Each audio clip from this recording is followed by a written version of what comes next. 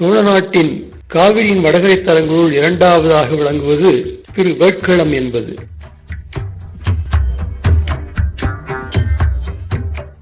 வேட்கள நன்னகர் என்று திருஞான சம்பந்த பெருமானால் சிறப்பிக்கப் பெற்ற இந்த தலம் சிதம்பரத்துக்கு கிழக்கில் அமைந்துள்ளது. சிவபெருமான் வேளனாக எழுந்தருளி வந்து அர்ஜுனனுக்கு பாசுபதாஸ்திரம் அவருடைய சிறப்பினை உடையது.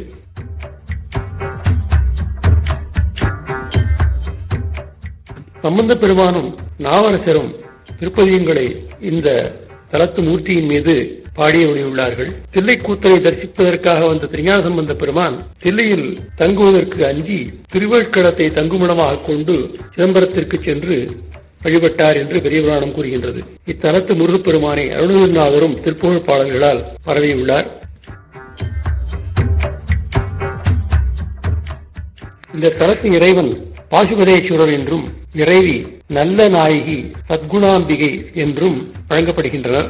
பெருமான் கிராதமூர்த்தியாக உமாதேவியாருடன் அர்ஜுனனுக்கு முன் பாசுபதாஸ்திரம் அளிப்பதற்காக எழுந்தருடைய மூர்த்தியையும் இந்த கோயிலில் தரிசிக்கிறோம்.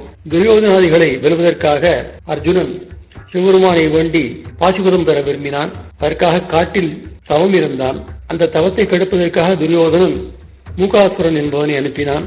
அவன் பன்றி உருவம் எடுத்துக் கொண்டு வந்து அர்ஜுனனை கொல்வதற்காக வந்தான். அந்த பன்றியை கொன்று அர்ஜுனை காப்பாற்றுவதற்காக வேண்டி சிவபெருமான் வேட வடிவம் எடுத்துக் கொண்டு வந்து இந்த பன்றியின் மீது ஒரு அம்பை செலுத்தினார். அதே நேரத்தில் அர்ஜுனனும் அதன் மேல் ஒரு அம்பை செலுத்தினான். பன்றி இறந்தது.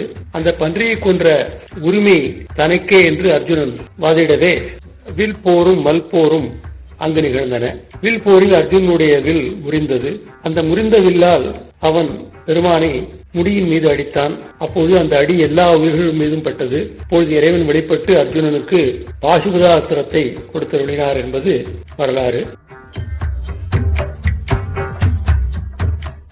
ஆகவே அவன் வில்லால் அடித்த தழும்பு மூலலிங்க திருமேனியின் மீது காணப்படுகின்றது.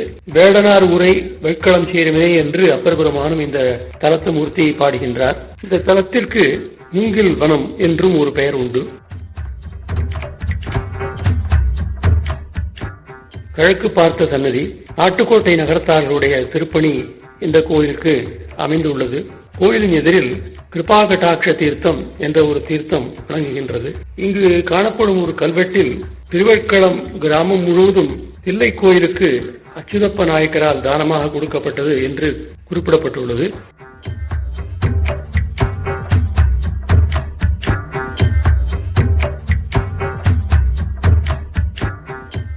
இந்த தலத்தின் அருகில் இந்த புராணத்தை நினைவூட்டுவதாக பல இடங்கள் உண்டு.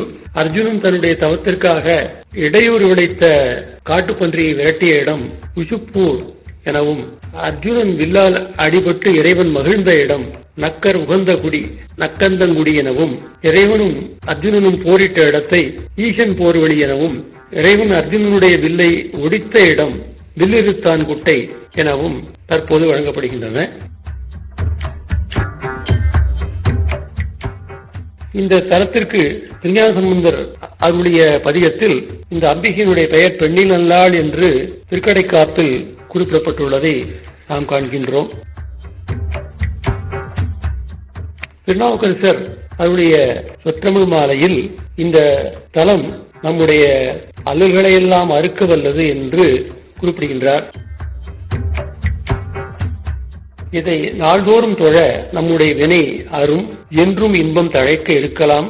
பூக்கள் கொண்டு அவனுடைய பொன்னடிகளை போற்றினால் வேட்களத்து பெருமான் நம்மை காப்பர் என்று குறிப்பிடுகின்றார்.